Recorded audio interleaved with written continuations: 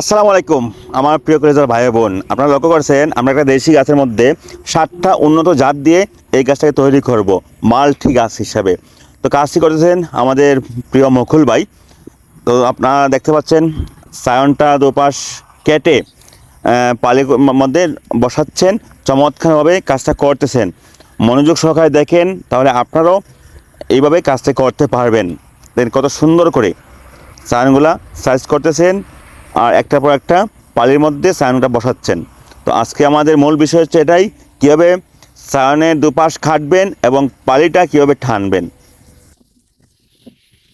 এই যে দেখেন, এই সায়নটা যে বসানো হয়েছে একদম পলিটেপ দেওয়ার আগেই একদম মিক্স হয়ে গেছে, অ্যাডজাস্ট হয়ে গেছে। এত সুন্দর সায়ন কাটা হয়েছে এবং রুটে ফালি করা হয়েছে, দেখেন চমৎকারভাবে, মাশাআল্লাহ।